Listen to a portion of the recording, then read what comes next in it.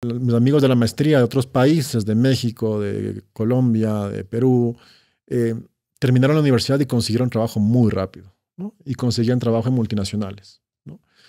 Y yo regresé a Ecuador feliz porque dije, wow, voy a conseguir trabajo muy, muy rápido, muy ágil, y no conseguía, y no conseguía, y no conseguía, y no conseguía. Pasaban los meses y tenía, me acuerdo, 6 meses de gracia para empezar a pagar el crédito educativo y no podía.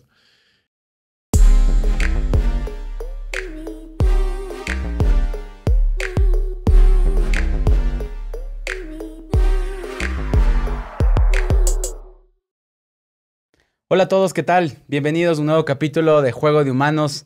El día de hoy tenemos un gran invitado, Juan Carlos Rivadeneira, de Tool. Antes de presentarlo, primero quiero presentarles a mi co-host del día de hoy. ¿Cómo estás, Alejandra? Hola, ¿qué tal, Alexis? Juan Carlos, muchísimas gracias por otro capítulo de Juego de Humanos. Emocionada por conocer lo que es Tool y a Juan Carlos. Súper, listo. Para comenzar, Juan Carlos, primero para la gente que no te conoce, ¿quién es Juan Carlos Rivadeneira? Bueno, primero gracias por la invitación, por este espacio. Me da mucho gusto estar acá y compartir todo lo que es Tool, y también un poquito sobre mi persona, ¿no? A ver, soy ecuatoriano, soy quiteño, digamos que muy apasionado siempre por crear cosas, por descubrir cosas. Siempre he pensado que el ser humano tiene que dejar una huella en este planeta, y una forma de hacerlo es creando algo nuevo, algo distinto, ¿no? Entonces, la tecnología siempre me apasionó, siempre me llamó mucho la atención todo esto. Y desde tempranas edades, digamos, de colegio, universidad, siempre buscando crear emprendimientos, ¿no? Desde algo súper simple, como me acuerdo, el primer emprendimiento fue hacer unas carreras de go-karts con los amigos del colegio. Hicimos unos torneos y cobrábamos inscripciones por esto. Y ahora, pues bueno, soy parte de esta gran compañía que es Tool, que está ya con presencia en 4 países, creciendo muy, muy rápidamente, y ha sido toda una aventura de emprender desde cosas propias, de startups propios, fracasos también, por supuesto, altos y bajos, y por lo pronto con este gran reto ya a nivel regional. ¡Qué locura!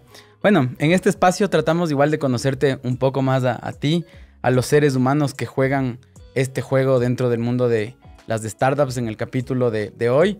Y todo ser humano tiene un contexto. Cuando nosotros vemos Country Manager, luego Head Global, es como, wow, hasta te achicas. ¿Cómo será? ¿Será un superhumano? ¿Qué hará?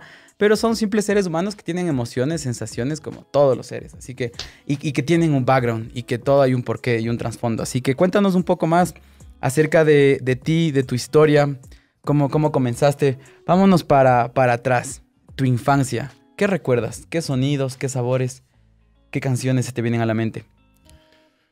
A ver, una familia de 2 hermanos, mi papá, mi mamá. ¿Tú eres el mayor o el menor? Yo soy el mayor, la lleva mi hermana 3 años. Mi papá muy apasionado por el fútbol, digamos, muy, muy, muy trabajadores los dos. Recuerdo mucho de mi mamá, su gran pasión por el trabajo, por su profesión. Digamos que es de esas personas, de las pocas personas que conozco, que de verdad se ve y se siente que disfruta lo que hacen y que se realiza, ¿no? Entonces, recuerdo frases de mi mamá como que no cambiaría esto por nada, haría este trabajo gratis, ¿no es cierto? Porque es algo que le encanta y le gusta, y siempre he admirado mucho esa suerte, esa actitud de mi mamá, ¿no? Y creo que me ha marcado para tratar de buscar justamente cosas que me gusten y de las que pueda disfrutar, ¿no? Más allá de altos y bajos, creo que es muy importante que uno esté a gusto, esté disfrutando con lo que hace, ¿no? Un poco simulando ese mensaje que me había dejado mi mamá, ¿no? Uh-huh. Eso en cuanto ¿Creciste un poco... acá en Quito? Sí, crecí en Quito. Pues estuve secundaria, primaria, luego entré a la universidad, estudié ahí 2 carreras, hice marketing y luego hice finanzas. Un poco quería hacer algo más holístico dentro de administración de empresas. Siempre me llamó, como decía, la atención un poco este tema de negocios, de hacer cosas distintas, de emprender. Me gradué y al día siguiente me acuerdo que conseguí trabajo. Fue una cosa bastante rara, porque uno siempre decía, pucha, me gradúo y ahora, ¿qué hago, no? Y la verdad es que tuve una suerte de que encontré rápido trabajo. También ahí debo reconocer de que antes de graduarme sí ya empecé una búsqueda, ¿no? Ya empecé a buscar. Y creo que siempre me he caracterizado por tratar de anticiparme a las cosas y de planificar, ¿no? De tomar acción y que no sea como que a último momento todo. Entonces, encontré trabajo y lo raro de todo esto es que era una empresa familiar, una empresa familiar, comercial, y estaba en esta transformación un poco hacia lo corporativo y buscaba un gerente de marketing, ¿no? Y entré como gerente de marketing. Pero claro, tenía cero experiencia como gerente de marketing, cero experiencia en marketing, recién graduado, y sí fue un shock bastante fuerte de que, oye, tienes una responsabilidad súper grande, ¿no? Entonces, un poco siguiendo ese ejemplo de mis padres que comenté hace un momento, una cosa que siempre me ha inculcado es, oye, toma todo como un reto y antes de sentir miedo, mejor dicho, antes de dejarte llevar por el miedo y renunciar, mejor siga adelante y prueba cómo va este reto, ¿no? Así que en ese momento es como que, pucha, o sea, gerente de marketing, tenía, no sé, 22 años, sin experiencia laboral, un reto grande. Se me pasó por la cabeza renunciar, pero claro, me acordé de todo esto y dije, bueno, vamos para adelante y veamos cómo sacamos de esto, ¿no? Así que estuve trabajando en esa compañía como un año. Conseguí resultados muy interesantes. ¿En qué se enfocaba esta empresa? Era una empresa, bueno, es una empresa que distribuye materiales, perdón, derivados de combustibles, ¿no? Entonces, ellos vendían el diésel y la gasolina a gasolineras que estaban asociados a ellos, que tienen su marca, en un canal, digamos, más de gasolineras, ¿no? Y también vendían el combustible y asfaltos a constructoras. Entonces estábamos en un auge donde había mucha inversión, como recordarán, en tema de obras viales, ¿no es cierto? Entonces, ustedes se preguntarán, ¿el asfalto de dónde sale? Pues el asfalto sale de estas comercializadoras, ¿no? Entonces, logramos cosas importantes. Recuerdo que tenían un problema y es que muchos clientes estaban yendo, entonces logramos retener los clientes como opción número uno y luego crecer las ventas un 5%, que en una industria madura es bastante. Ya en una industria madura es bastante. En un startup, digamos que es otra conversación, pero en una compañía que está dentro de una industria tradicional era algo bueno, ¿no? Estuve ahí como un año y siempre quise continuar capacitándome y me fui a hacer la maestría. Conseguí una media beca, me acuerdo. Apliqué ahí a una organización que auspiciaba una maestría en una universidad reconocida en España y hice un Master in Management, que es una especie de MBA, pero digamos más a nivel junior, ¿no? Fue una experiencia súper chévere. Estuve en este máster como un año viviendo en Madrid, uno de los mejores años de mi vida, conociendo gente de otros países. Todavía mantengo relación con estas amistades. Algo que nos gusta comparar en este espacio sí. Es lo que te imaginabas versus la realidad. Cuando tú estabas acá en Quito por salir a Madrid a hacer tu maestría, ¿qué era lo que te imaginabas? ¿Y luego qué recibiste? ¿Qué fue la realidad? Primero, creo que lastimosamente no... Como no conocía mucho de España, había visitado, pero más de turismo, pero no tenía una clara imagen de lo que significaba España y lo que significaba Madrid.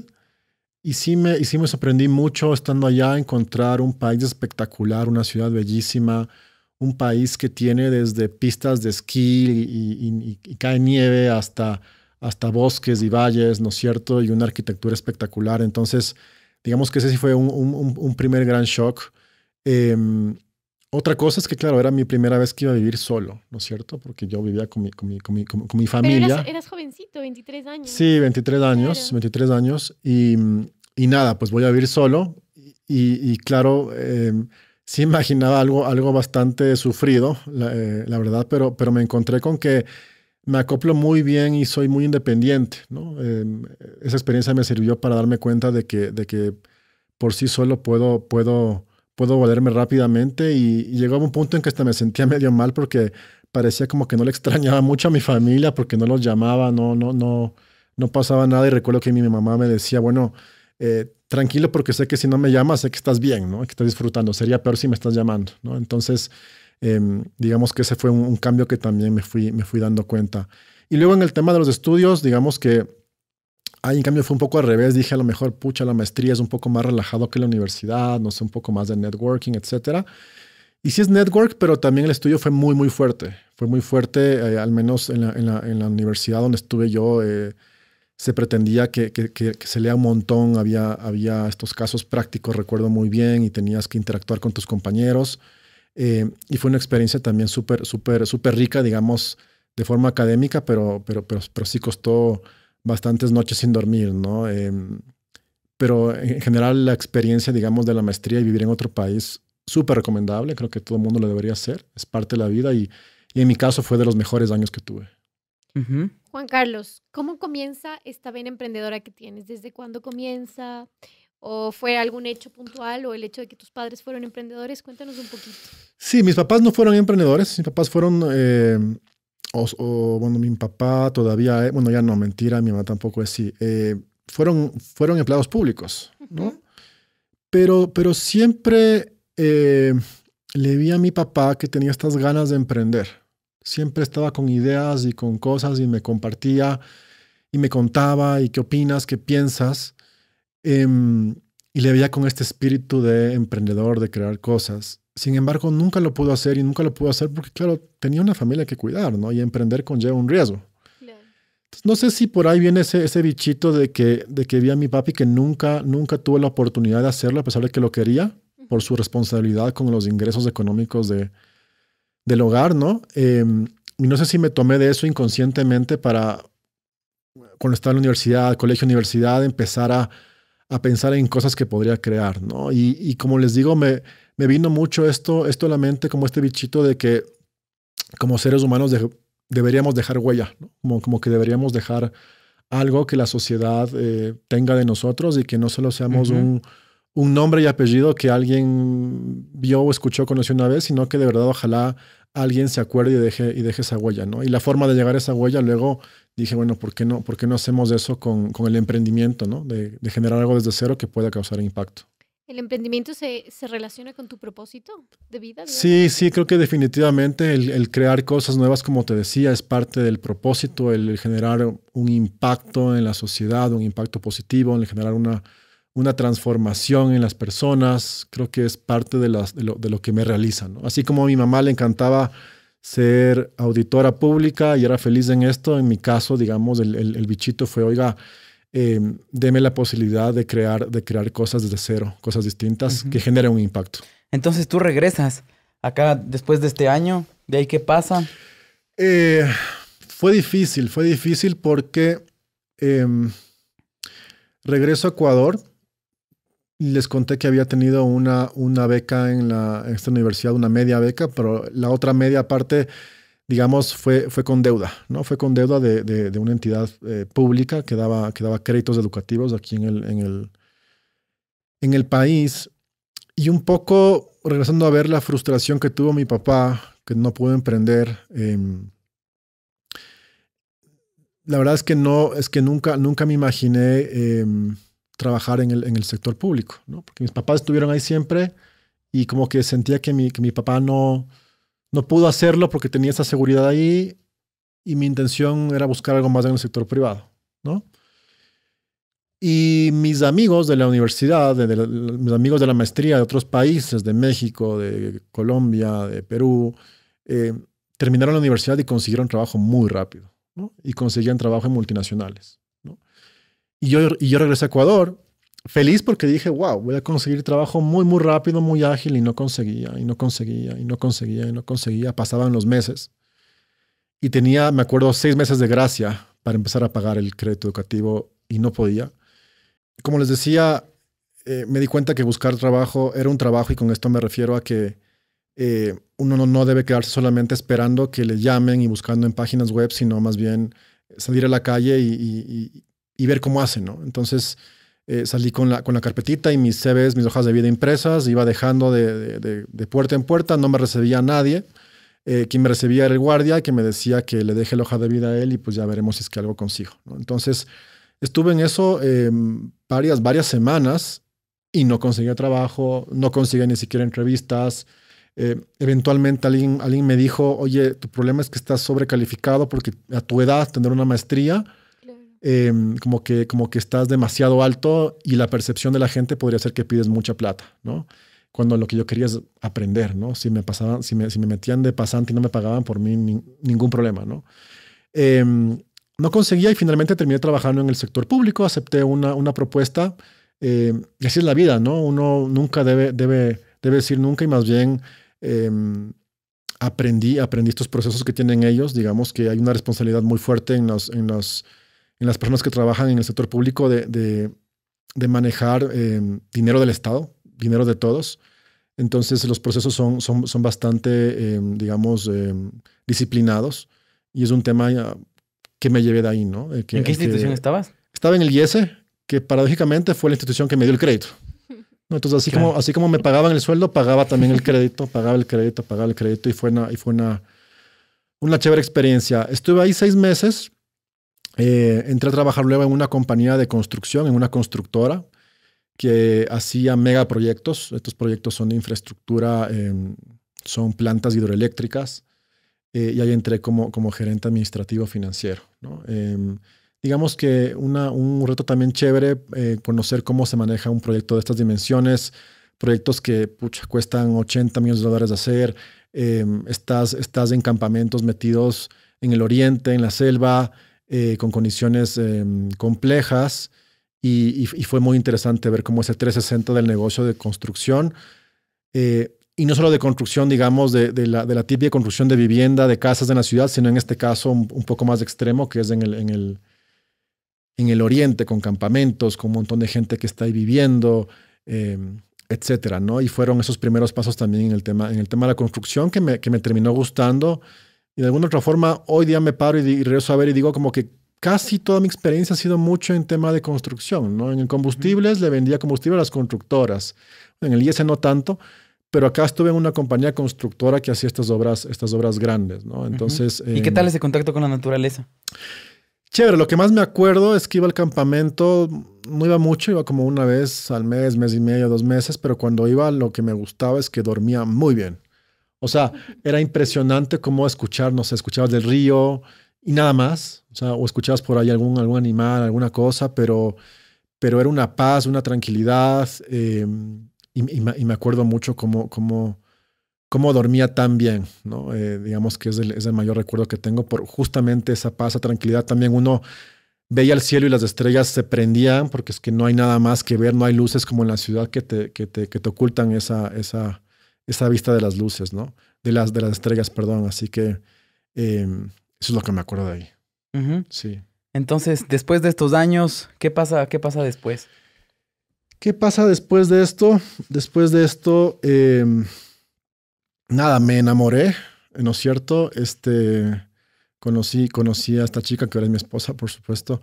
¿En dónde la conociste? La conocí en una discoteca.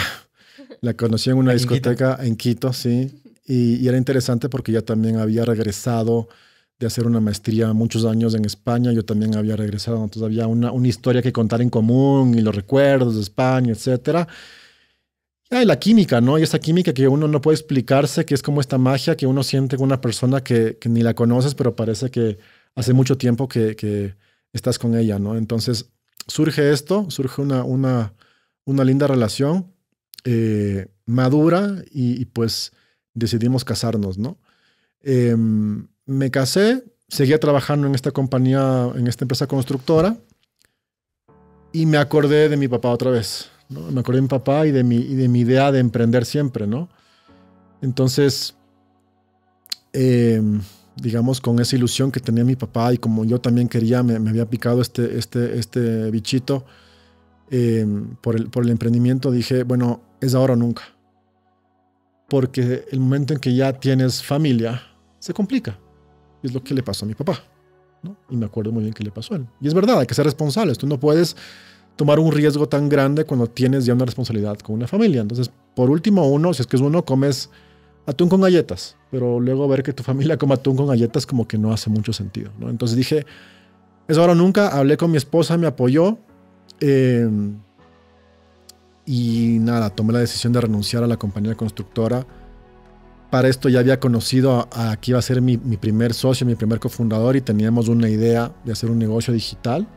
Ninguno de los dos nunca habíamos emprendido, muy jóvenes, pero eran más las ganas, ¿no? Y algo que siempre me acuerdo que me dijo mi socio de esa compañía, Guillermo, es que no sabemos cómo va a terminar esto, pero vamos a saber que va a valer la pena, ¿no? O sea, de alguna forma, como que todo este viaje va a valer la pena. Y así arranca, digamos, esta etapa ya de emprendimiento mía como tal, ¿no? Hasta ahí, digamos, que tenía esta ilusión y había trabajado para otras personas y para el Estado. Fue muy interesante la experiencia porque recibimos, me acuerdo, capital de inversionistas. Era de las primeras startups que había, digamos, en esta década de los 2000. ¿En qué año más o menos estamos hablando? Escucha, esto era 2010, 11, no, 2013 más o menos, 14. Ecuador siempre ha estado un poco atrás, ¿no? Entonces ya en Colombia, Perú, Chile, Argentina tenían sus compañías, sus startups grandes. De Ecuador todavía no había mucho. ¿Y tú consciente de lo que es una startup o decías quiero hacer una plataforma en ese punto? No, digamos que al inicio súper inconsciente, como tú indicas, muy soñador, ¿no es cierto? Muy con esta idea de querer cambiar el mundo con tecnología, pero faltaba aterrizar mucho a tierra cosas, ¿no? Entonces no había una metodología, era muy lanzarse y pensar de que uno hacía un producto y que le ponía on a la plataforma y iba a funcionar. Y te das cuenta y te pegas contra el piso de que no es así, ¿no? Y ese golpe duele. Ese golpe duele porque te da un sinceramiento de que las cosas no son como creías, ¿no? Pero lo chévere es que aprendes, ¿no? Finalmente el tema de emprender es caerse, alzar la frente y aprender y luego poner en marcha cosas con ese aprendizaje, ¿no? Entonces, fuimos parte de un programa de aceleración de una aceleradora local. Fue el primer programa que hubo. Entonces, fue también chévere porque como que conocimos a los actores del ecosistema que recién estaba como que naciendo, estaba empezando a madurar un poquito. Se hizo un gran network con gente y con amigos que todavía se mantienen hasta ahora. Muchos tienen startups, muchos son inversionistas, etcétera, ¿no? Entonces, finalmente nos dimos cuenta que no tomó tracción esta idea de negocio, ¿no? No tomó mucha tracción. Si bien es cierto para los que venden los materiales, los productos era atractivo, para el que compraba no tanto, no tanto, y algo que nos dimos cuenta es que tenían cierta relación bastante estrecha ya el comprador con sus proveedores, ¿no? Pero lo interesante de todo esto es que nuevamente aprendimos, y así como nos caímos, nos dimos cuenta que no funcionaba. Recordamos que habían compañías que nos decían, oigan, ¿por qué no tienen esto pero para servicios de mantenimiento y reparación?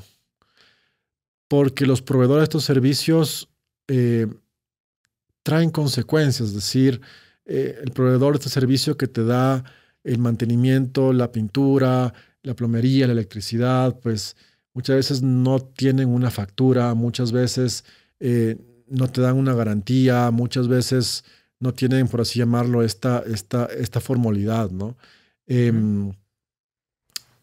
Y cuando nos caímos con encuentrohoy.com nos dimos cuenta que por ahí no iba el camino.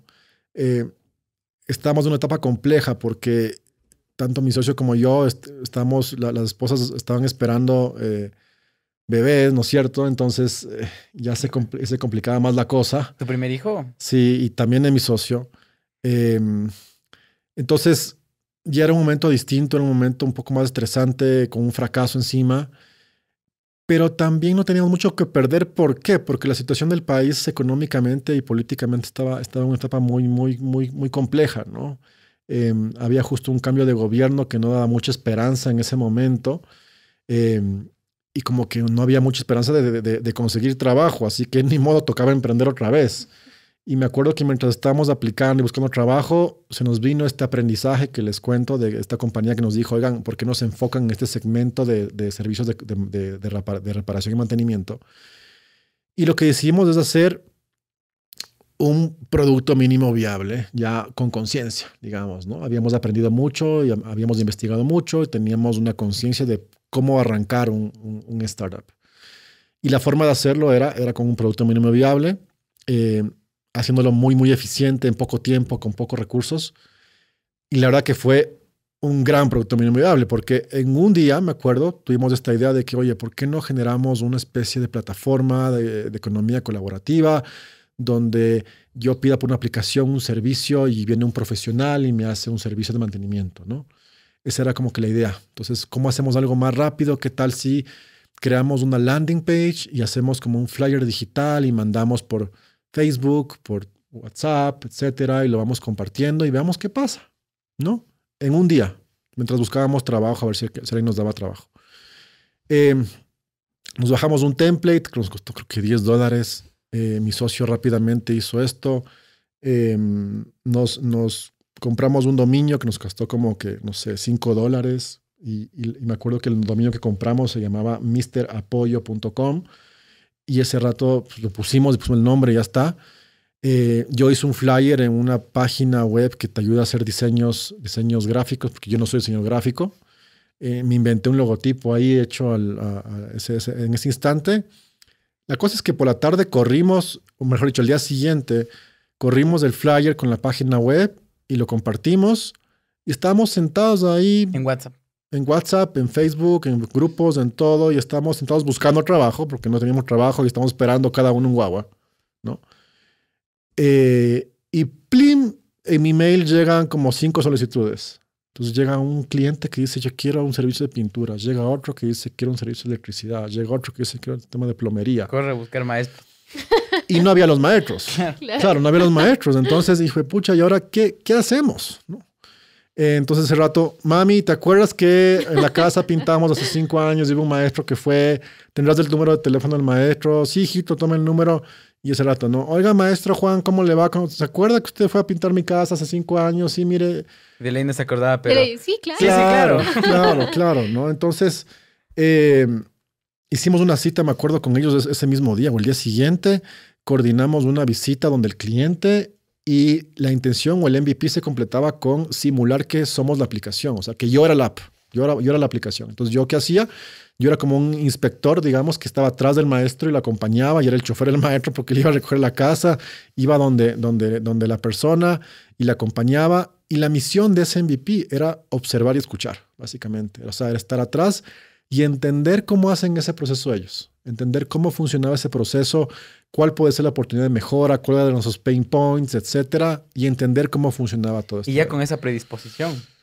¿O en el camino fuiste agarrando conciencia de eso? Ya con esa predisposición. Para esto, claro, como les contaba, el anterior emprendimiento nos dolió mucho la caída y eso nos obligó a investigar y a conocer mucho sobre startups. Entonces ya sabíamos una metodología de más o menos cómo era esto, ¿no? Entonces entendíamos que el verdadero objetivo del MVP era tener información, entender el negocio y a partir de eso ya generabas un producto, digamos, que sea más escalable. Uh-huh. Así que nada, yo era, como les digo, el chofer, inspector, el acompañante, lo que sea del maestro, hacía el aprendizaje y le daba feedback a mi socio, que es el ingeniero en sistemas y el que hacía el producto, ¿no? Y él comenzaba, mi feedback comenzaba a digitalizar procesos, digitalizar cosas, ¿no? Comenzó a crecer esto, lanzamos la aplicación todavía se llama, está al aire, se llama Aló Maestro. Y digamos que teníamos un crecimiento mensual interesante, no invertíamos en publicidad, la gente nos recomendaba, era algo muy orgánico y muy lindo ver, crecimos en el equipo también, nos dimos cuenta como que teníamos que hacer un proceso de selección muy bueno de los maestros, ¿no es cierto? Porque esa era la cara de nosotros frente al cliente y había un discurso donde el maestro se presentaba, entre otras cosas, ¿no? Entonces, fue una etapa súper chévere, súper linda. Levantamos capital nuevamente. ¿Fondos o ángeles? No, ángeles. Inversores ángeles ecuatorianos que, digamos, que confiaron en nosotros. Fue una etapa súper chévere. Luego fuimos parte de un proceso de aceleración de startups en Puerto Rico. Estuvimos ahí cerca de 3 meses, compartiendo con gente de otras partes, otros emprendedores. Muy lindo, sin embargo llegó la pandemia, ¿no? Entonces llegó la pandemia y truncó la posibilidad de seguir operando, porque claro, uno en la pandemia, como recordarán, pues no quería recibir absolutamente a nadie extraño, ¿no? Entonces estoy en la casa y no quiero recibir a nadie. Al inicio era bastante drástico esto, si recordarán. Entonces, las ventas se fueron al piso automáticamente. Pudimos... Ya estaba establecida la empresa, todo. Sí, estaba establecida, sí, desde el equipo y todo, pero igual necesitábamos todavía de financiamiento, necesitábamos de ventas. Entonces, logramos aguantar unos 3 meses y a raíz de eso conversamos con uno de los principales inversionistas para llegar a un acuerdo donde ellos absorben, digamos, la administración de la compañía, ¿no? Entonces, ellos deciden hacerlo y por eso es que la compañía sigue a flote hoy en día. La administración está en ellos. Y ahí, cuando pasó esto, pues fueron meses bastante estresantes de mucha ansiedad. Prescindimos de personal, que es un tema siempre doloroso, aparte en una situación de pandemia que era compleja, ¿no? Entonces, siempre hacer especie de cierre de la compañía es un tema duro. Pero se llegó, digamos, a esta negociación con el inversionista. Ellos absorbieron la compañía, se salvaron unos puestos de trabajo también ahí de nuestros colaboradores. Y básicamente mi socio y yo nos quedamos otra vez casi que sin trabajo, ¿no? Y en pandemia. Entonces, nada. Y era yo recuerdo que te conocí, Juan Carlos, en un evento de la CITEC y tú nos contabas que salías en Líderes y en un montón de revistas y que también eso como que a veces te marea un poco o ese cosquilleo social. ¿Era en esta primera empresa o en la segunda? Era en las dos. En las dos. En las dos, sí. Era interesante porque sobre todo en la primera que nos fue mal, digamos, económicamente, porque creo que nunca facturamos nada.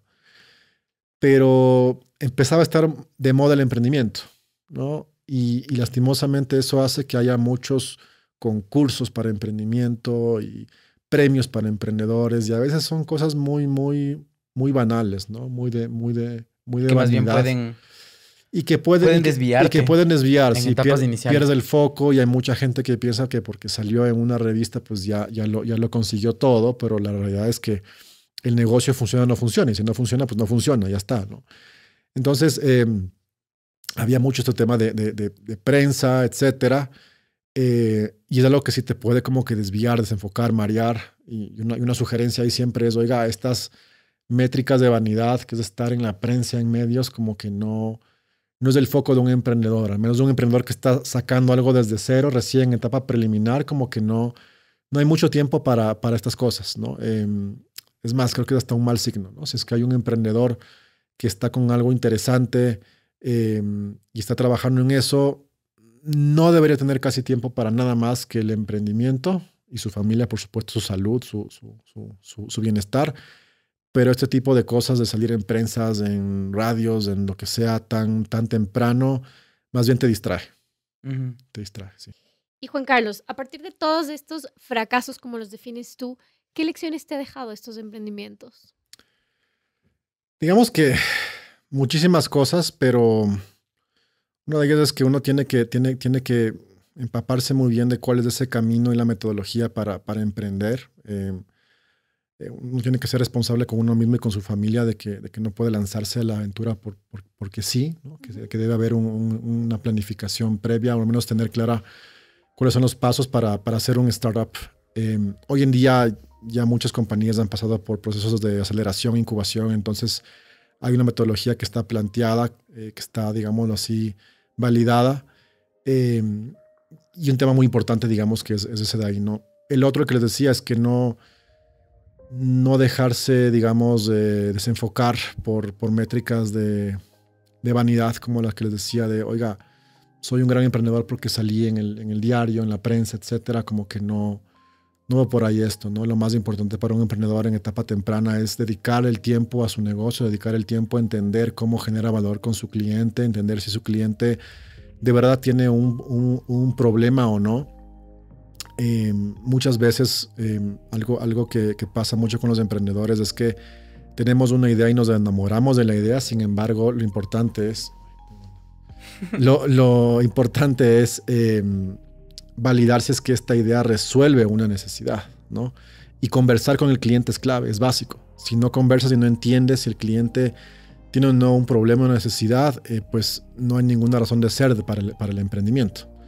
Así que un aprendizaje muy importante es no enamorarse de las ideas de uno, sino más bien abrirse, escuchar y darse el tiempo de entender a ese cliente, de escucharlo, de hablar con él, conversar y validar si de verdad tú le puedes generar valor con una solución, en este caso tecnológica.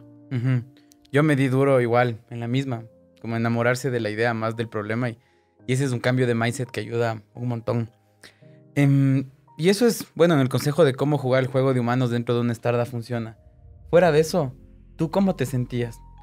¿Qué sensaciones tenías dentro de ti? ¿Qué pensamientos venían a tu cabeza? Creo que emprender es una combinación entre hacer, no sé, 3 veces universidad y 5 veces maestrías. Porque es una serie de aprendizajes, de emociones y retos. Una ruleta rusa, ¿no? Sí, Hay días que son como, wow, hay días como, no, ¿qué pasó? Mierda. Entonces, como que prueba mucho tus capacidades y prueba mucho de lo que puedes hacer. Recuerdo que la última conversación que tuvimos con mi cofundador de encuentrahoy.com y de Aló Maestro,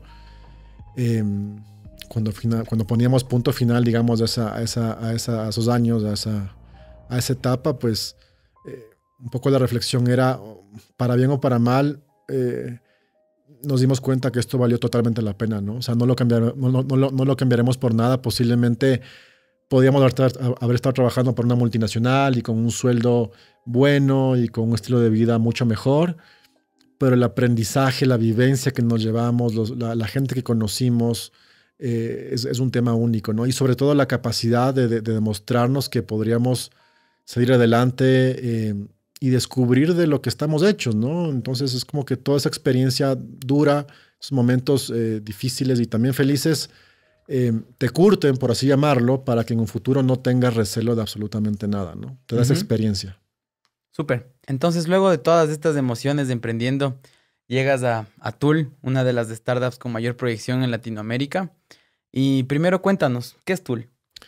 Sí, Tool es una compañía tecnológica, es un e-commerce de materiales de construcción que nace en Colombia en plena pandemia. Nuestra casa matriz está en Bogotá. Nuestros fundadores son 3 emprendedores colombianos, que uno de ellos vio esta oportunidad muy, muy grande de digitalizar las ferreterías, ¿no? Se dio cuenta que la ferretería representaba una gran participación de la distribución de materiales de construcción. Casi el 60% de materiales pasan por la ferretería y por eso se distribuyen. Sin embargo, lo que él había visto es que la ferretería parecería como que no progresa, ¿no? Tú ves el look and feel de una ferretería y parecería ser como que no tiene un progreso y como que se quedó en el tiempo, a pesar de ser tan importante y tan relevante para la industria y para muchas fábricas que por ese medio distribuyen el material de construcción. Entonces, él un poco indagando esto de aquí, se dio cuenta que el gran problema de las ferreterías es que tienen un exceso de inventario, ¿no? Entonces, si tú conoces una ferretería, te encuentras con una persona que está en un mostrador y atrás del mostrador tiene su bodega, por así llamarlo, donde hay un montón de productos que se encuentran ahí. Lastimosamente, el ferretero no tiene pues esa trazabilidad de todo lo que se encuentra ahí, ¿no? Y ese producto está pagado hace tiempo seguramente y es un producto que está inclusive muchas veces hasta caducándose, ¿no? Y es un montón de dinero que se encuentra ahí, ¿no? Entonces, si te das cuenta, hay un problema en cuanto a la forma de adquisición de materiales que la ferretería tiene para la venta al público, ¿no? Entonces, cuando se dio cuenta de esto, percibió que tenía que ver mucho con un problema logístico, ¿no? Y el problema logístico radica en que los proveedores que abastecen a las ferreterías no tienen una capacidad de entrega ágil, ¿no? Y cuando no tienes esa capacidad de entrega ágil, lo que provocas es que el proveedor le trate de vender producto en grandes volúmenes, ¿no? Entonces puede ser que un ferretero no requiera para su local tener gran cantidad de productos, no sé, cemento, pinturas. Sin embargo, el proveedor le dice, tienes que comprarme un mínimo. Cómprame mínimo 10 cajas de pinturas y te puedo despachar, ¿no? O también compra las 50 y te sale a tal precio. Y a veces te dejas de engañar por ese descuento y compras en volumen innecesario, ¿no? Correcto. Pero en este caso ni siquiera había esa posibilidad porque por la complejidad logística, el proveedor tiene que garantizar pedidos mínimos, ¿no? O sea, hay que entender que el proveedor tiene una flota y esa flota debe tratar de ser eficiente y la única forma de ser eficiente es que vaya repleta. Y para que vaya repleta tengo que ofrecer o colocar una gran cantidad de volumen de productos en la ferretería, ¿no? Entonces, ese es el motivo por el que el ferretero se abastece con demasiadas cantidades de volumen. Y tiene otra consecuencia de esto y es que eso da origen al crédito. Entonces, claro, ¿qué pasa? El proveedor le dice, oiga, mínimo cómpreme 10 cajas de este producto. El ferretero seguro le contesta, listo, yo le compro, pero ¿cómo le pago? Porque tengo que vender esto, ¿no es cierto? Y el proveedor le dice, no se preocupe, le doy crédito, ¿no? Entonces le doy, no sé, 30 días, en 30 días vuelvo y le cobro. Ok, y así ha sido como ha funcionado esto. Sin embargo, como ves, eso no elimina que el ferretero está aceptando un producto que no sabe si va a rotar o no, ¿no? Y eso puede afectar su flujo de caja terriblemente y aparte está endeudado. O sea, tiene que pagar, en 30 días tiene que pagar, de alguna forma, ¿no? Se da cuenta de esta problemática y así nace Tool. Nace Tool, el CEO, Enrique, fue quien tuvo esta experiencia, se dio cuenta de este problema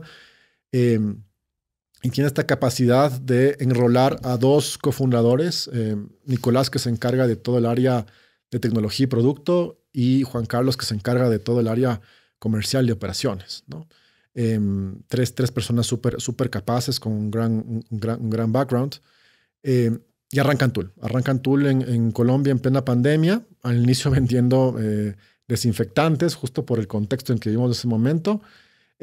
Pero después del momento en que ya un poco empezamos a salir a la calle, ¿no es cierto? Se vio un gran crecimiento mes a mes y cada mes nos sorprendíamos más, ¿no? O sea, nos sorprendíamos más. Y resulta que luego comienzan a pensar ya una expansión internacional. Estaban ya en Colombia en tres ciudades. Para entender el modelo de negocio, ¿cómo funciona? ¿Cuál es el cliente de Tool? La ferretería. La ferretería. Es el ferretero, ¿no? Entonces, sí, un poco profundizando ahí. Como te conté, el ferretero tiene este problema de abastecimiento. Entonces, lo que Tool le ofrece es abastecerle bajo demanda, ¿no? ¿Qué quiere decir? Yo ya no le pido mínimos. Lo que le digo es, oiga, señor, si usted necesita un galón de pintura, yo le entrego un galón de pintura, ¿no? Y tú trabajas directamente entonces con los fabricantes. Es correcto. Nosotros trabajamos con fábricas a los que les compramos productos. Esos productos van a nuestra bodega y a partir de la bodega arranca un proceso logístico de picking, packing, ruteo y finalmente el despacho de los camiones, ¿no? ¿Y a cada ferretería se acerca alguien de Tool para venderle, a tomar el pedido en cada ocasión? ¿O cómo funciona el proceso comercial? Tenemos un proceso digamos, de onboarding / evangelización donde tenemos un ejecutivo, le llamamos hunters, que se acercan a la ferretería y les cuentan sobre Tool, sobre la gran diferenciación que tenemos nosotros. Les asesoran justamente con la descarga de la aplicación y le ayudan en esos primeros pasitos de la compra, ¿no? ¿Con miras a qué? Con miras a que el cliente sea autónomo y que sepa cómo usar la aplicación y que sepa cómo hacer los pedidos y utilizarla perfectamente, ¿no? Entonces, sí hay la asesoría, digamos, de un hunter, de una persona que hace ese onboarding durante las primeras órdenes y luego ya lo deja solo porque es autónomo, ¿no? Por la aplicación, puede hacer absolutamente todo. ¿Y lo hacen todo por la aplicación o sí hay un recordatorio y hay personas visitando clientes? A ver, hay un papel fundamental el aprovechar la aplicación en cuanto a notificaciones push y mensajes y todo lo que es marketing digital, ¿no? Entonces, pues tratamos que los ferreteros siempre estén al día en las promociones que tenemos, siempre conozcan y sepan por notificaciones el producto nuevo que ingresa y de esa forma mantenerlos siempre en el ritmo y que abran su aplicación, que usen la aplicación, ¿no? Obviamente hacemos visitas, digamos, recurrentes a los ferreteros para un poco hacer activaciones de trade, marketing cuando es pertinente y también recordarles, asesorarles algunas cosas, pero la intención siempre es que el cliente sea autónomo. Claro, porque totalmente. Hablaba con una empresa de retail de alimentos que trabajaba con tiendas y este era uno de los desafíos más grandes, que vuelvan a utilizar y que lo hagan autónomamente versus toda la costumbre y más allá del producto de este fit cultural, de que la gente está acostumbrada a que en la tienda llegue y le tomen el pedido y le digan qué pedir. Así que ese es un desafío bastante interesante. Ahora sí, cuéntanos, ¿cómo llegas a Tul? Entonces, como les decía, los fundadores comienzan a crecer en Colombia, estaban en tres ciudades. La compañía tenía más o menos 100 colaboradores y comienzan a ver a Ecuador como un país que les podría significar ese primer pasito en la expansión, ¿no?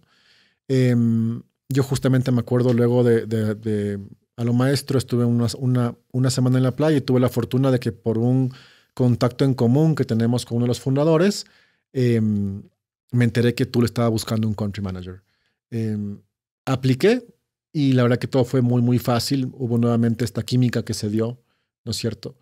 Tuve primero una entrevista, me acuerdo, con alguien de recursos humanos, luego con la cabeza de recursos humanos. Después hablé con el CEO y luego hablé con los fundadores y en cuestión de 4 reuniones en menos de 2 semanas ya estaba dentro, ¿no? Y hubo un feeling y una química bastante fuerte. Creo que el hecho de que yo había sido emprendedor y había estado en la industria de la construcción, de mantenimiento y reparación, de compra y venta, comercialización, etcétera, constructora, creo que también fue algo que hizo un fit ahí, al menos inicial, ¿no? En cuanto a la química. Así que me acuerdo me contrataron un 1 de septiembre y en 7 semanas la operación como tal ya arrancó y tuvimos la primera facturación, me acuerdo. Y a raíz de eso, pues imagínate, nosotros éramos creo que 5 personas, 2 personas en la bodega, perdón, 6, 2 en la bodega, 3 comerciales y yo. Y había una bodega que teníamos de 400 metros cuadrados en el norte de Quito, una flota tercerizada de 5 vehículos. Y me acuerdo que eran 2 de SKU, o sea, dos productos que teníamos ahí en la bodega y la bodega se veía enorme porque no teníamos nada. Y yo decía, ¿y ahora qué es esto, no? Arrancamos y la verdad que el impacto fue muy, muy bueno, ¿no? O sea, hubo un fit con el mercado muy, muy grande.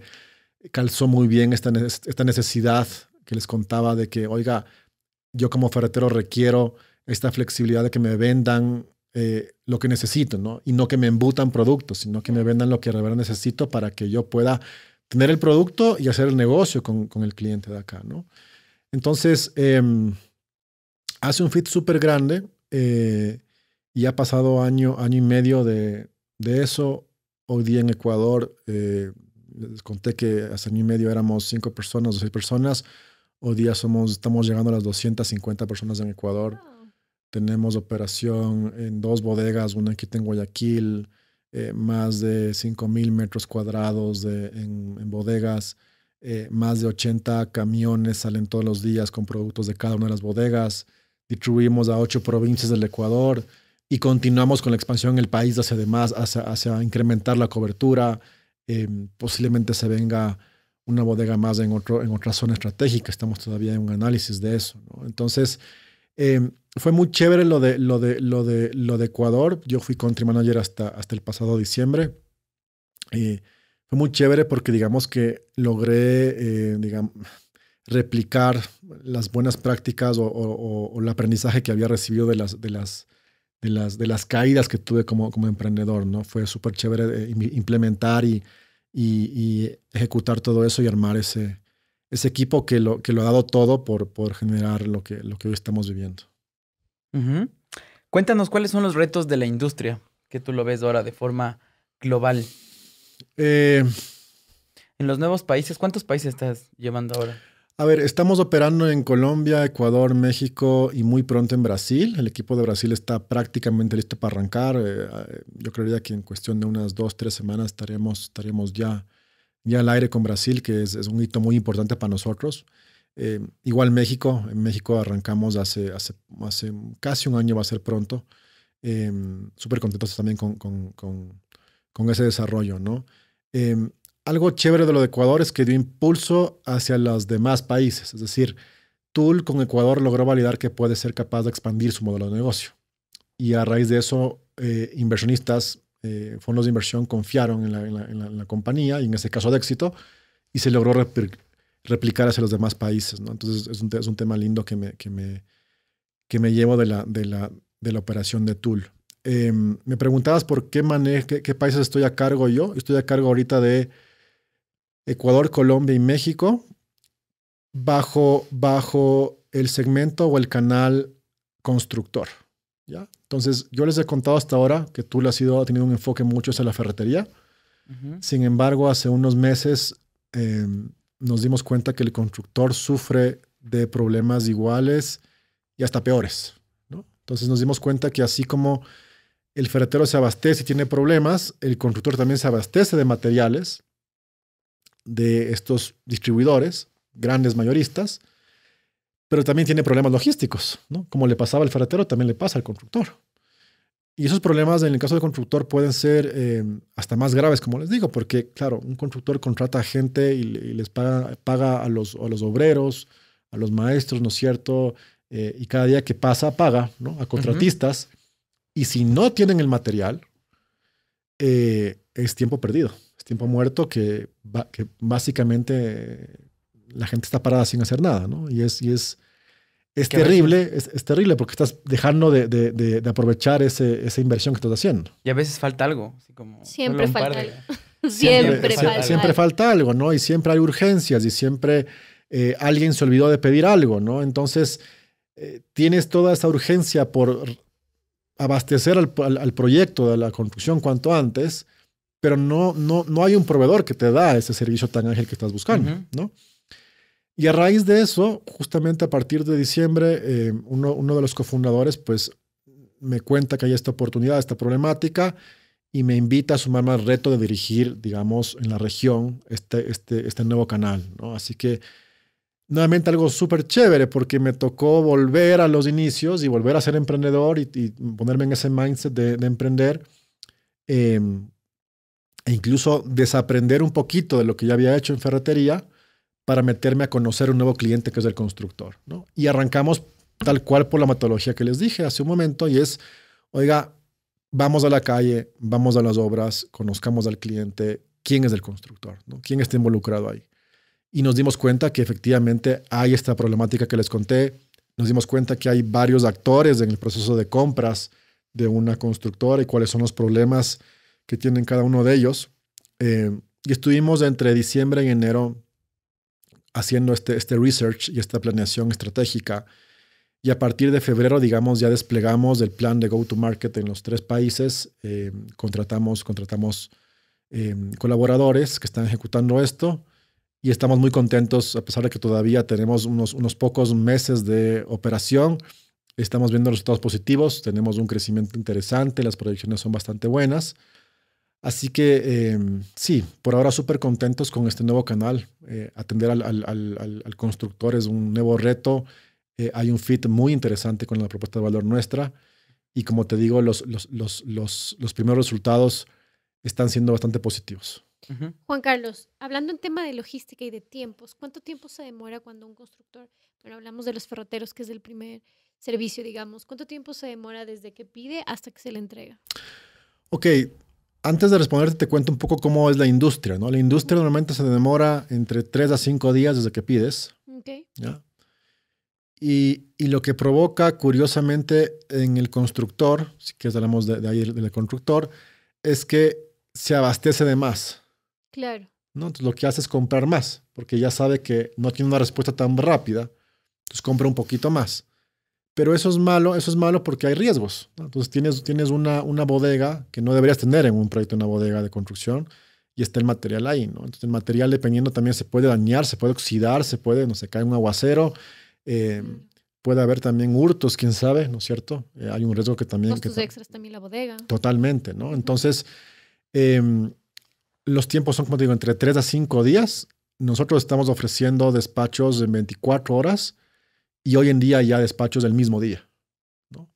Entonces, si es que un cliente hoy ingresa una orden en la aplicación hasta las 11 de la mañana, 10 de la mañana, le entregamos en la tarde, ¿no? Wow. O como mucho al día siguiente.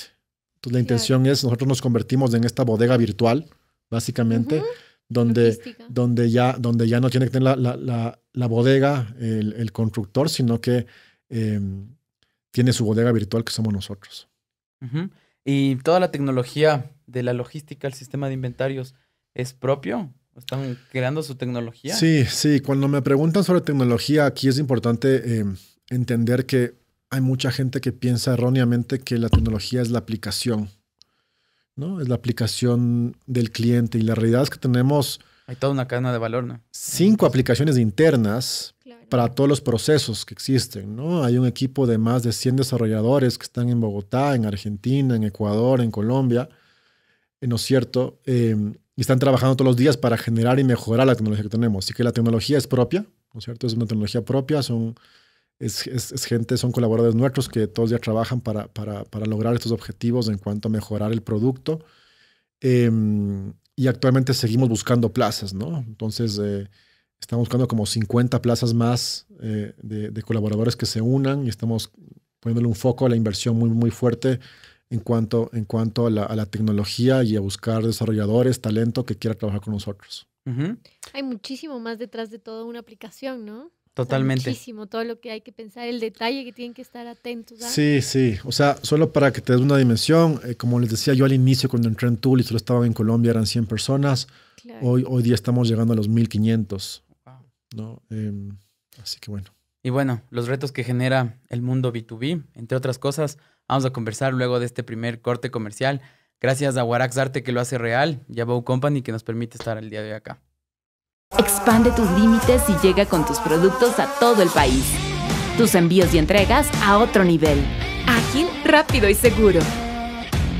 La logística del futuro, hoy. Bow te conecta. Chévere que justo estábamos conversando con Alexis, que haya gente que nos vea desde otros países, desde Brasil, Colombia, Perú. Esperamos que este podcast... España, Alemania, España, Estados Unidos. Alemania, un Qué montón increíble, de países. qué increíble. Estamos Esperamos comenzando. que este podcast abra muchísimo más la mente de lo que es Ecuador, abra lo que es Ecuador y que podamos aprender muchísimo más. Ujú. Y que vamos viendo distintas startups, creadores de contenido, gente que busca crear un mundo más humano, sostenible y colaborativo desde distintas aristas. Así que muy agradecidos de que haya gente de distintos lados que nos esté escuchando y tener a gente súper crack, que para mí hubo ese cambio de mindset cuando comencé a veces uno en el mundo del emprendimiento es muy solitario y cuando comienzas a abrirte, a ir a eventos, escuchar a distintos mentores que te regalan ese tiempo y que te amplían tu visión y que muy probablemente también hay ciertos pasos que quizás ya no das a base de la experiencia de otras personas. Así que eso es lo que buscamos, tratar de inspirar y educar a través de las historias de las personas. Y bueno, mucha de la gente que nos escucha también está ingresando en este mundo B2B. Y es otra cosa para la gente que un B2C es un business to customer cuando le vendes al cliente final y un B2B cuando estás vendiendo a otra empresa. ¿Cómo ha sido esta dinámica? Y cuéntame un poco más acerca primero del marketing. ¿Qué varía en diferencia al mundo B2C? Varía bastante y de hecho te diría que en el B2B también hay ramas, ¿no? Entonces, Ujú. si se fijan en Tool tenemos dos B2Bs. Hay el B2B de ferretería y el B2B de la constructora, ¿no es cierto? Sin embargo, el B2B de la constructora se parece más a un marketing enterprise, que se le llama usualmente, donde es un marketing un poco más dedicado a indagar en cada proceso del funnel de conversión o del pipeline, ¿no es cierto?, de marketing que todos conocemos, ¿no? Te diría que el de la ferretería es un proceso de conversión o de adquisición mucho más ágil, no sé si por el tipo de cliente, el tipo de negocio, pero ha sido un reto para nosotros, digamos, ahorita entender muy bien cómo hacer la adquisición de los clientes constructores, ¿no? Y entender de que toma un poquito más de tiempo, ¿no? O sea, una compañía constructora tiene una estructura un poco más fuerte, digamos, hay varios actores con los que debes interactuar. En cambio, en la ferretería, digamos que es el dueño de la ferretería y se acabó, entonces con una visita capaz de suficiente. Acá, en cambio, tienes que contarle un poco la propuesta de valor a mucha gente, ¿no? Desde la persona que está en la obra, el residente de obra, la persona que hace el almacén, el bodeguero, y luego llegar a las oficinas, hablar con los asistentes de compras, jefes de compras, y por qué no también hablar con un gerente general, un gerente de operaciones, ¿no? Entonces, hoy por hoy, digamos, en Constructor hemos entendido bastante bien ese pipeline. Hemos definido algunas etapas y estamos ya en un proceso un poco más agresivo de growth, ¿no? Entonces, metiendo mucho marketing digital para generar este awareness con contenido que sea muy valioso para este cliente que buscamos prospectar. Una etapa de prospección donde la intención es conocer muy bien a ese cliente, entender qué tipo de proyecto tiene, cuáles son sus requerimientos, cuál es el valor que ven Tool o no, hacer una calificación de clientes y en la calificación también nosotros preguntarnos si estamos interesados o no en calificar ese cliente, ¿no? Y en atender ese cliente, porque puede ser que sea un cliente que no nos interesa atenderlo porque no tiene expectativas con Tool por X o Y motivo. Por suerte son la gran minoría y la gran mayoría más bien ven Tool algo súper valioso. Y finalmente ya yendo a la parte más baja del funnel, un tema de conversión, de negociación. Es un sector, el constructor, que necesita facilidades de pago. Buscan crédito para dinamizar mucho sus procesos administrativos, de pagos, ¿no es cierto?, proveedores. Así que sí ha sido como un cambio, como una aventura distinta. El reto también de un poco desaprender lo que aplicábamos para ferretería y ahora aprender para constructor es algo retador, pero también súper valioso, ¿no? Así que por lo pronto muy enfocados en esa etapa de adquisición y conversión de los clientes constructores. ¿Tú en este punto crees que es mejor llegar e ir construyendo desde en una organización de abajo hacia arriba antes que llegar directamente?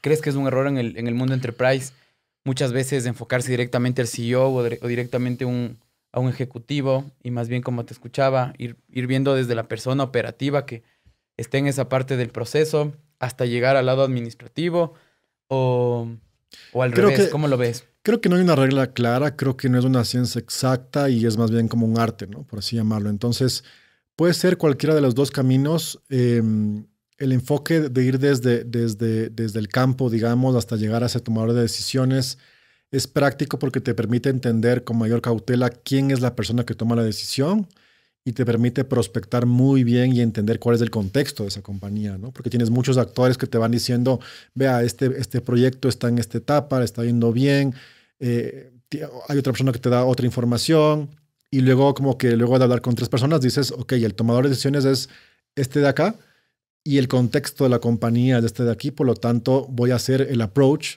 ya con un argumento, ¿no? O sea, antes que llegar en frío. La prospección te sirve para generar un argumento y saber qué cosas vas a vender o a decir dentro de tu pitch a ese cliente que es el tomador de decisiones, ¿no?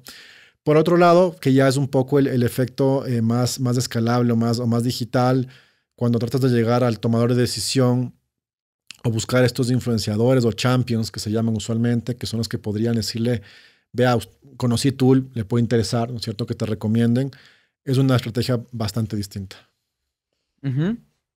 Vamos llegando a la parte final de esta entrevista. Ha sido un placer tenerte en nuestro espacio. Hablamos ya un poco de fracasos y tenemos esta parte de fucked up moments. Hay gente que nos escucha y quizás se imagina como, wow, esa gente ya está, hay más de 1,500 personas, están facturando no sé qué, están en cuántos países. Y uno se empieza a sentir más chiquito y más alejado de esa realidad. Y quería saber, ¿cuál ha sido tu fracaso más grande en esta última etapa? ¿En etapa con Tool? Ajá. Una etapa... es una buena pregunta porque hay muchos. Te diría que cometer errores es parte de, digamos, cuando creces tan rápido es, digamos, normal enfrentarse a procesos demasiado ágiles. A veces no hay muchos controles. A veces no contratas bien. No hay una cultura, o sea, en 2 años, más de 1,000 personas que se introduzcan en una cultura. Es un desafío enorme. Entonces el reto es un poco ir corrigiendo, aprendiendo esos errores. Lo importante es tomar en cuenta que todos esos errores te sirven para cumplir estas metas, ¿no? Y en el caso de Tool lo hemos hecho y gracias a esas equivocaciones estamos en esto de acá. Entonces, ¿y un error que te acuerdes o uno de estos fracasos que tú digas, puchica, de este sí? Creo que a mí, pues, uno de los errores más grandes puede ser contratar a la ligera personal, ¿no? Entonces, no solo pensando en la compañía, sino pensando en el colaborador, ¿no? Entonces uno también tiene que pararse de lado y lado y ser muy, muy consciente, muy inteligente y pausado posiblemente. Por más que tengas un apuro de que, oye, necesito manos y creo que mañana entre alguien que sea el que sea, pues contenerse un poquito ahí y como que decir no. O sea, toca esperar y hacer bien ese trabajo por el bien de las dos partes, de la compañía para tener un talento que le pueda aportar y también por esa persona que entra a una empresa con una ilusión y saber que puede dar todo el potencial para el cargo que estamos buscando. Y que es importante, ¿cómo medirlo? Porque, ok, yo en mi caso, primero un assessment, ¿no? Ver cómo interactúa entre varias personas. Después una charla, tratar de verle a la persona qué le gusta, cuáles son sus hábitos.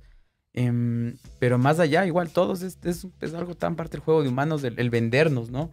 Está muy dentro de nosotros cómo empezar a diferenciar quién se hace fit, quién no. Lógicamente no tenemos una bolita mágica, ni es que vamos a tener, wow, todos van a entrar y van a encajar, pero ¿qué te ha ido dejando ese fracaso? Creo que es importante un poco parar al tema de definir muy bien el cargo y el perfil, ¿no? Definir que el cargo que tenemos esté súper claro y que la persona que hace reclutamiento pues pueda entender muy bien eso y el proceso conlleve hacer los assessments que tú decías para lograr tener el fit que se está buscando, ¿no? O sea, un paso más atrás, tener muy claro el perfil. Muy claro el perfil, creo que es muy importante. Suena muy básico, pero creo que no se tome en cuenta y es esencial. Juan Carlos, ¿cuáles son los más grandes miedos que puedes tener en el tema de emprendimiento? Siempre va a haber miedo al fracaso y miedo a los errores, pero nuevamente el mindset del emprendedor es saber reconocer que eso existe, que es real, que nunca va a desaparecer y que hay que cogerle ese miedo y ponerle aquí al lado de uno, ¿no es cierto? Y más bien tenerle como este amigo que me enseña, ¿no? Y que en lugar que el miedo me detenga y me paralice y no me permita hacer nada, sino que el miedo me permita como tomar acción, ¿no? Porque lo que usualmente pasa, el tema más normal es que el miedo te paraliza, ¿no? Tengo miedo y me paralizo y no quiero hacer absolutamente nada, me congelo, pero que ese miedo nos sirva como energía más bien de que, oiga, pucha, tomemos acción, ¿no? Hagamos algo para que ese miedo se vaya haciendo más chiquito. Entender que el miedo siempre va a estar es bueno. O sea, yo te diría que pensar en que puedo vencer el miedo y que el miedo no va a estar ahí, no sé qué tan sano es. A mí me ha servido mucho entender que el miedo va a estar acompañándome ahí siempre y que el miedo más bien es el motor para tomar acción. Súper. ¿Eres feliz? Sí, claro, por supuesto. Sí. ¿Qué te hace feliz? Me hace feliz mi familia, me hace feliz la realización de que estoy en una compañía que me permite hoy en día nuevamente emprender. Me hace feliz saber de que continúo por el camino del emprendimiento, continúo generando cosas, continúo dejando impacto, dejando una huella, que tengo esta nueva oportunidad, saber que hoy estoy manejando personas en otros países. Entonces es un tema que te da mucha ilusión, ¿no es cierto? Y te permite realizarte, ¿no? Y un poco nuevamente tomo esas palabras de mi mamá o esa conciencia de mi mamá de que yo le veía a ella feliz porque hacía las cosas y me acuerdo que me decía, oye, ojalá, o sea, qué chévere que me paguen, pero yo haría esto gratis, ¿no? Y un poco estoy yo en eso y se complementa con tener una vida familiar saludable, disfrutar mucho de los hijos, de la esposa, de la familia. Creo que es clave, digamos, para conseguir ese equilibrio que se debe tener. ¿Qué es de éxito para ti? Dejar huella. Creo que lo he repetido muchas veces, el tema de la ilusión de dejar una huella, de hacer algo que genere y cause un impacto en los demás, de no hacer cosas banales, sino de trabajar y crear cosas que generen el impacto, que dejen una huella. Creo que eso significa éxito. ¿Cuál es el peor consejo que te han dado?